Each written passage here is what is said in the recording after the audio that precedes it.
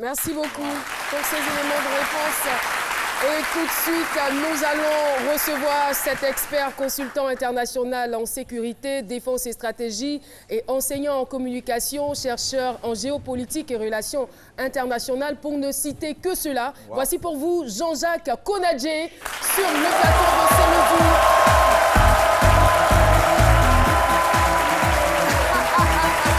Bonjour, installez-vous.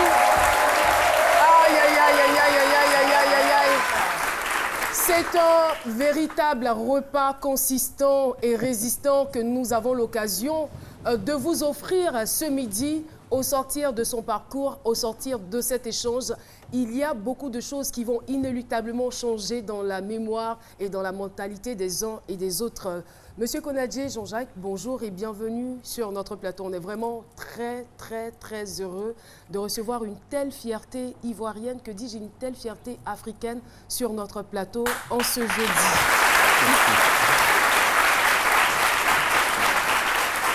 Bienvenue.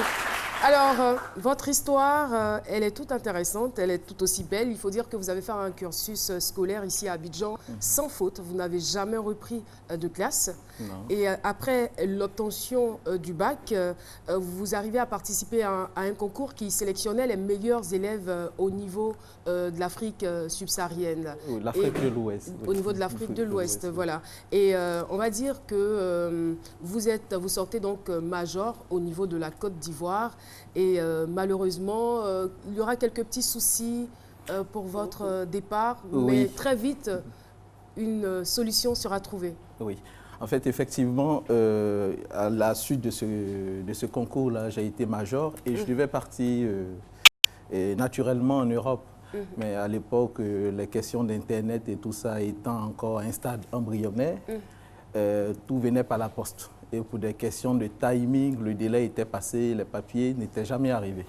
Donc, du coup, puisqu'il y avait déjà cette option, les parents ont décidé que, contre vents et marées, il fallait que je parte pour continuer les études en Europe. Donc, je me suis retrouvé en Europe en train de faire des études. Et vous arrivez quand même par la première fois dans un environnement auquel vous n'êtes pas habitué. Je veux dire... là, ce n'est pas pour les vacances, c'est pour des études, donc c'est pour un long séjour. Oui. Comment est-ce que vous trouvez l'atmosphère? Comment les choses se passent pour vous? D'abord, il faut dire que je suis parti quand même très jeune, mais quand j'allais... Vous avez quel âge? Oui, je suis parti à 19-20 ans, voilà.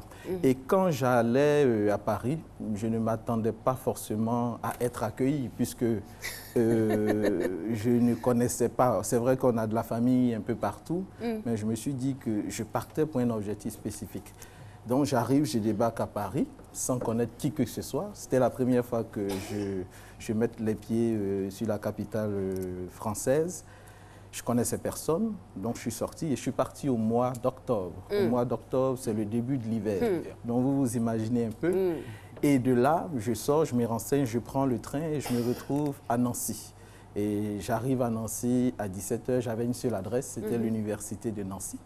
Donc j'arrive, l'université étant fermée, je me renseigne, je me retrouve dans un hôtel et c'est à partir de là que tout va commencer. Voilà. Est-ce que l'idée que vous faisiez auparavant était celle à laquelle vous étiez maintenant confronté? Non, il faut dire qu'on a toujours, quand on est du côté des tropiques, on a forcément une idée idéalisée de l'Europe, de la France. Et surtout, il faut préciser que moi, je suis arrivé en France pour faire des études, mais sans bourse d'études. Donc, il a fallu le soutien de la famille, des parents, et plus tard de celle qui sera mon épouse, qui m'a aussi soutenu. Mais ce que je retiens... C'est une Africaine, une blanche? Oui, enfin, c'est une Africaine. Donc, je ne suis pas parti chercher... Pour satisfaire la curiosité du docteur Philo. Non, c'est une Africaine. Donc, je me suis rendu compte que ce n'était pas forcément ce qu'on croyait. Voilà, parce qu'au-delà même des questions climatiques, il fallait affronter un certain nombre de réalités. Et il fallait travailler 2 fois plus, pour ne pas dire un peu plus, pour être au-dessus de la mêlée. Voilà un peu. Non, pas travailler 2 fois plus, moi j'entends travailler, bosser par rapport à vos cours et avoir un emploi, puisque vous n'êtes pas boursier. Non, non, il faut dire que j'ai eu cette chance-là d'avoir de la famille qui m'a soutenu. Parce que très tôt, j'ai compris que faire des petits boulots ne faisait pas forcément bon ménage avec les études. On peut faire des études et faire des petits boulots, mais bien souvent, on n'arrive pas à allier les deux et on n'arrive pas à être brillant. C'est-à-dire, on fait des petits boulots, on n'arrive pas à avoir forcément de l'argent, mais on fait des études parallèlement, on n'arrive pas forcément à être brillant, c'est-à-dire on reprend ces années. Donc on se retrouve dans un engrenage qui fait que au bout de 5 années, on se demande vraiment est-ce qu'on peut faire un bilan de sa vie. Donc j'ai opté pour faire des études. Alors, on a des étudiants dans ce studio qui sont tout oui parce qu'ils veulent apprendre, ils veulent savoir comment les choses se sont passées. Est-ce que vous étiez, c'est vrai que vous étiez brillant en partant, est-ce que vous avez réussi à maintenir le cap? Si oui, comment est-ce que vous avez travaillé? Comment est-ce que vous vous êtes organisé pour obtenir tous ces diplômes que nous avons cités? Au départ, j'étais à l'université de Rouen. Et puis très tôt, avec l'esprit de curiosité, j'ai compris que ceux qui excellaient dans la société française sont ceux qui, en général, toutes les universités sont de bonne qualité, mais on essaie de développer l'élitisme au sein de la société française en dénichant les plus brillants pour qu'ils fassent des écoles d'ingénieurs ou des systèmes d'écoles d'ingénieurs inclus au sein de ces facs. Donc, la première année, mon objectif, c'était de montrer que je pouvais faire partie de la crème. Donc, aussitôt, je me suis mis à travailler. Donc, j'étais à Nancy, j'ai passé un concours pour entrer dans un institut universitaire professionnalisé. Je me suis retrouvé à Lille, qui, à l'époque, cet institut était le meilleur institut de toute la France.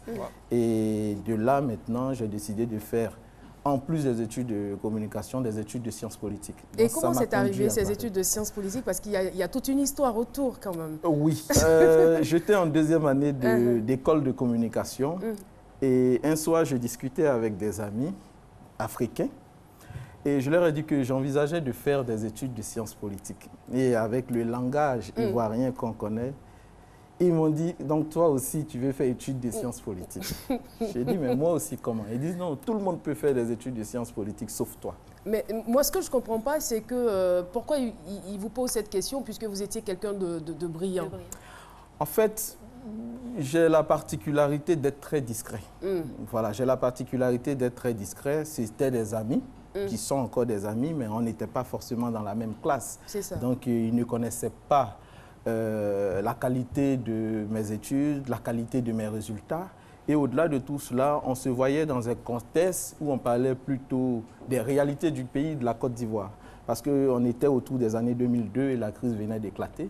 Donc toutes les conversations entre nous tournaient autour de l'avenir de notre pays. Donc je leur ai dit que moi, j'estimais que ma façon à moi d'apporter, de contribuer un peu au développement de l'Afrique, c'était de faire des études de sciences politiques et de me spécialiser sur les questions de prévention de conflits et de pouvoir écrire un jour pour changer un peu les mentalités. Donc ils ont estimé que j'étais bien pour la communication et que Sciences Po, parce que parler de Sciences Po en Europe, c'est l'élite des élites, c'est la crème de la crème. Donc ils ont estimé que voilà un petit Africain qui arrive. Vu que la plupart des grands politiques que nous connaissons en Europe sont... Ils sont pratiquement tous sortis des sciences politiques et après ils ont fait l'ENA ou bien ils ont fait Normal Sup. Mais en tout cas, la plupart des gens comme Jacques Chirac ont fait sciences politiques. François Hollande et tout cela, ils ont fait sciences politiques. Voilà, donc ils ont estimé que j'arrivais fraîchement de l'Afrique parce que ça faisait 2 années et que, bon, on n'avait pas un moment du mal à joindre les deux bouts et comment est-ce que je pouvais être aussi ambitieux. Donc j'ai appelé celle qui est devenue aujourd'hui mon épouse. Je lui ai dit, mais voilà ce que ces gens-là viennent de me dire. Elle dit, bon, c'est parce qu'ils ne te connaissent pas assez. Moi, j'ai veillé toute la nuit pour faire mes dossiers ce même soir. Et le lendemain, j'ai postulé dans tous les instituts d'études politiques. Donc, ça a été quand même une source de motivation. C'est vrai que l'ambition était là, voilà. Mais en même temps, on se dit, il y a un défi qu'il faut relever. Il y a un défi qu'il faut relever. Ça a éveillé en moi, je vais dire, le désir d'aller plus loin et de leur montrer qu'ils s'étaient trompés ils avaient fait une erreur d'appréciation. Donc, du coup, je me suis retrouvé à Paris. L'année qui suivait, je me suis inscrit en maîtrise de communication et en licence de sciences politiques. Et là, après un diplôme d'ingénieur, et là maintenant, je postule pour entrer dans un institut d'études politiques. Mais justement, tout à l'heure, vous disiez que pour aller plus loin, parlant d'aller plus loin, vous êtes vraiment allé plus loin puisque vous en sortez avec un doctorat en sciences politiques à l'Université de Toulouse avec la mention très honorable, suivie des félicitations du jury à l'unanimité. C'était la plus haute mention honorifique. C'est la plus haute mention honorifique dans le monde académique, oui, dans le il faut monde le dire. Oui. En tout cas, dans le monde académique francophone, les félicitations du jury de façon unanime, c'est vraiment rare. Voilà, donc c'est vrai que c'est bien beau tout cela. Nous, on est très admiratifs de tout ce que vous avez pu obtenir comme diplôme, de votre parcours, de votre capacité à pouvoir faire plusieurs choses en même temps parce que, je veux dire, vous passiez plusieurs concours, plusieurs examens, vous étiez dans plusieurs branches en même temps que vous réussissiez avec brio, voilà. C'est bien beau tout cela, mais finalement, ça sert à quoi? Vous, concrètement, ça vous sert à quoi? Ça sert d'abord à appréhender le monde autrement, parce que tout dépend des objectifs qu'on se fixe et tout dépend de la façon dont on appréhende une profession ou bien une carrière.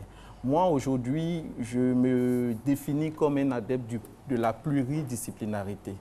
Je suis de ceux qui estiment qu'on ne peut pas aborder les problématiques du monde contemporain de façon étriquée, avec une vision étriquée.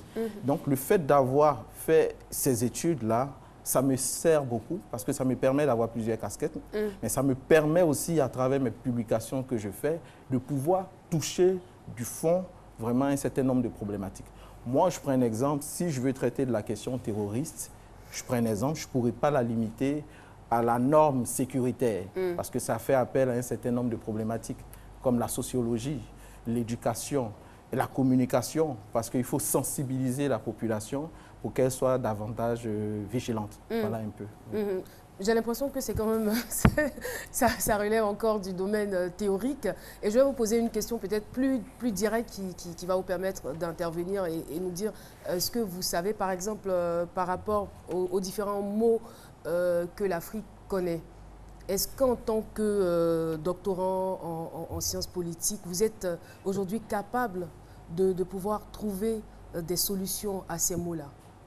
Les solutions sont toujours trouvées, mais par moment, comme vous l'avez si bien dit, ces solutions-là restent à un stade académique. Pourquoi? Parce que nous sommes chargés de penser la société, de penser ce qui se passe dans la société, de faire de la prospective. C'est-à-dire, à partir d'aujourd'hui, avec nos écrits, on peut déterminer ce qui se passera dans 5-10 ans. Mais on soumet nos réflexions aux hommes politiques. Donc, ce sont les hommes politiques maintenant, c'est à eux de traduire en action. Par quel canal?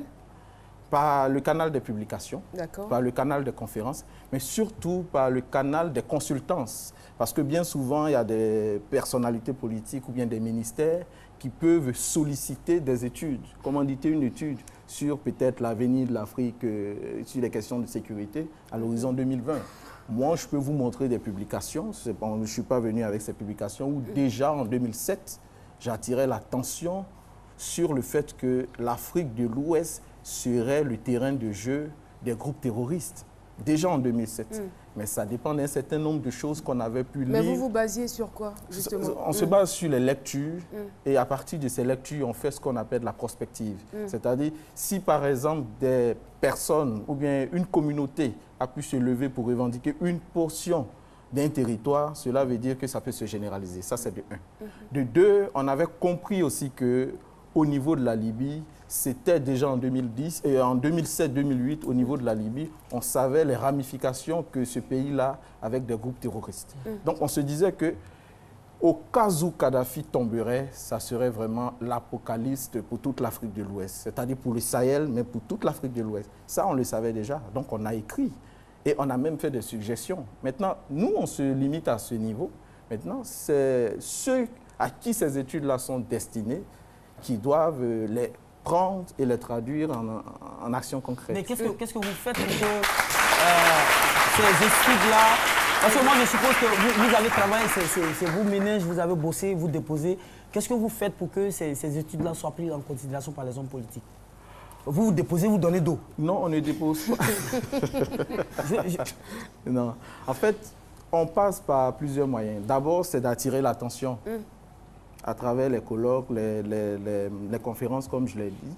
Mais c'est surtout parce qu'on est tous en contact avec des personnalités. Et il y a aussi des espaces d'expression médiatique. C'est-à-dire, quand on invite un conférencier ou bien un spécialiste de certaines questions au cours d'une émission, c'est le fait que cette personne-là apporte une analyse critique sur une problématique donnée, c'est une façon d'attirer l'attention des personnalités. Donc, ce n'est pas de façon directe au fait. Voilà. Pas tous les canaux. Ceux qui ont la personnalité de côtoyer les hommes politiques, sans faux fuyant, ces personnes-là, par moment, leur disent que voilà ce qui peut se passer, voilà ce qui ne doit pas se passer. Maintenant, c'est à la discrétion de ces hommes politiques-là. Parce qu'il faut dire qu'il y a des études qu'on peut mener qui peuvent aller contre peut-être des prises de décision immédiates pour peut-être un pays donné. Donc tout cela doit être jugé en fait. D'accord. Moi j'aimerais revenir sur un terme que vous avez employé plusieurs fois. C'est le thème publication. C'est quoi les publications? C'est des statuts que vous publiez sur Facebook, Twitter ou bien c'est des parutions dans la presse imprimée? Non, ça n'a rien à voir. Au-delà de la presse imprimée, c'est la presse scientifique. D'accord. Une publication, c'est un écrit qui reçoit la caution de ses pairs.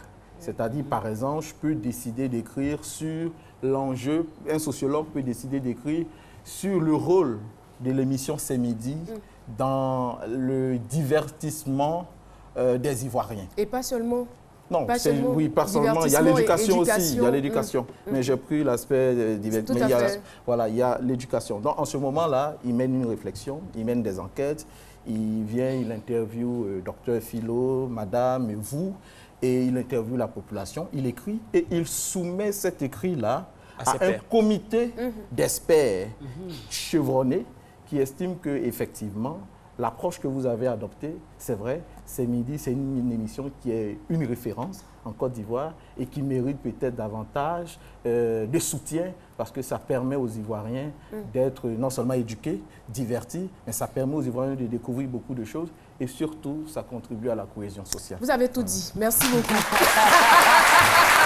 Belle analyse de notre chercheur, j'ai envie de dire. Et là, vous recevez le 3 décembre 2016 le prix d'excellence Gotha Noir d'Europe en la qualité du meilleur chercheur afro-caribéen de toute l'Europe. Que représente ce prix? Déjà, félicitations. Merci beaucoup. Merci. Voilà, c'est le prix. Oui. Voilà.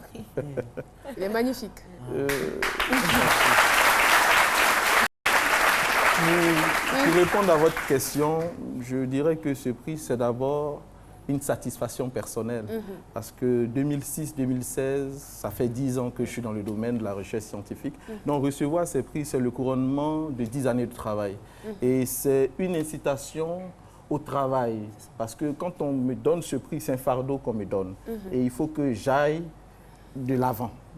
Il ne faudrait plus que je sois statique, mais j'aille de l'avant. Mais pour le profane qui vous écoute, quand on parle du prix d'excellence Gotha, je veux dire, ça veut dire quoi concrètement? Le prix d'excellence Gotha, c'est un prix qui est né à partir d'une observation. On s'est rendu compte que la société française et européenne étant multiculturelle, permettez-moi l'expression, toutes les communautés faisaient la promotion de leurs élites. Et qu'au niveau de l'Europe, chaque fois qu'on montrait des Africains, c'était par moments de façon négative. Donc, il y a un cercle de réflexion qui est né, qui s'appelle le Club Efficience, qui fait la promotion depuis 10 ans de l'élite afro-caribéenne. C'est-à-dire qu'il regarde dans tous les domaines, partout où il y a des afro-caribéens, on essaie de faire leur promotion. Donc, il y a dans le domaine de la culture, des arts, dans le domaine de la médecine, de la recherche scientifique. Et moi, la particularité, c'est que pendant 3 fois de suite, j'ai été l'une des personnalités françaises au parcours académique exemplaire. Donc, je figurais 3 fois de suite dans un livre qu'on appelait le Gotha Noir de France. Et en 2016, ce livre-là s'est ouvert à toute l'Europe. Et j'ai eu la particularité de faire partie des 400 personnalités afro-caribéennes au parcours exemplaire. Donc, c'est à l'issue de cela Merci. Et c'est à l'issue de cela, madame, qu'ils ont estimé que j'avais des écrits qui avaient contribué à la compréhension de certaines problématiques des sciences sociales à l'échelle mondiale, au niveau des questions de défense, sécurité, stratégie. Donc, ils m'ont attribué ce prix-là. Et la musique n'est pas concernée par la musique ou la danse? Si, la culture, la musique. Ouais. Parce que Gotha, c'est pas trop loin de Zota aussi. Dans différents... La musique, et pour la petite particularité... Pour la petite particularité, ou la petite précision, c'est que le directeur général de la RTI, lorsqu'il était en France, il a eu l'occasion et le privilège de figurer dans le premier Gotha noir de France. Donc c'est vraiment Alors on n'est pas étonné, hein? On n'est vraiment pas étonné. Ça par contre, on ne le savait pas. Merci de nous avoir communiqué cette information. Merci, et je veux revenir sur un fait, c'est vrai que nous sommes pratiquement au terme de l'entretien. Vous m'avez raconté une histoire qui m'a vraiment donné à réfléchir par rapport, je ne sais pas, vous étiez en 2e année d'université avec une prof. Non, j'étais inscrit en maîtrise de communication, et en licence de sciences politiques. Je faisais 2 licences et puis une maîtrise en même temps, dans différentes universités. Et en fait, ce qui m'a impressionné, pourquoi ça m'est resté, c'est que on avait donné un devoir en tant qu'étudiant, mais comme je n'étais jamais là, j'avais les bonnes notes, ça leur paraissait bizarre. Donc, on donne le devoir et... Vous n'étiez pas là parce qu'occupé à d'autres études? Occupé à d'autres études, je prenais des photocopies de certains de mes camarades et je travaillais avec ça.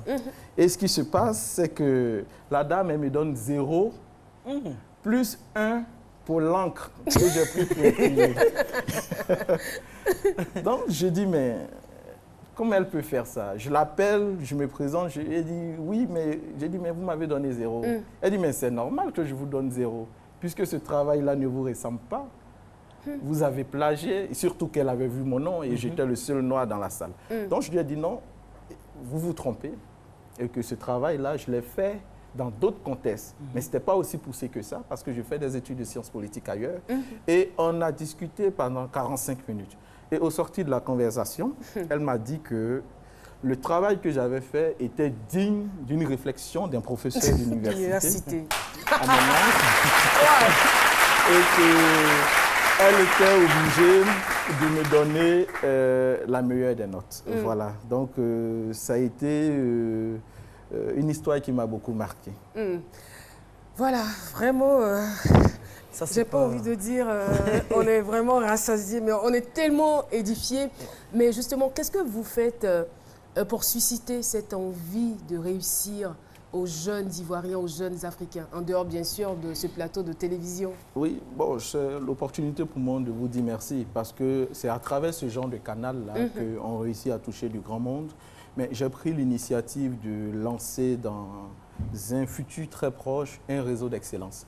Parce que je me suis dit qu'à ce stade-là, il faudrait contribuer à susciter cette envie de réussir là auprès de notre jeunesse. Il est vrai que nous sommes toujours définis comme des jeunes, mais il y a plus jeunes que nous. Oui, c'est vrai que vous êtes jeune, vous n'avez même pas encore 40 ans.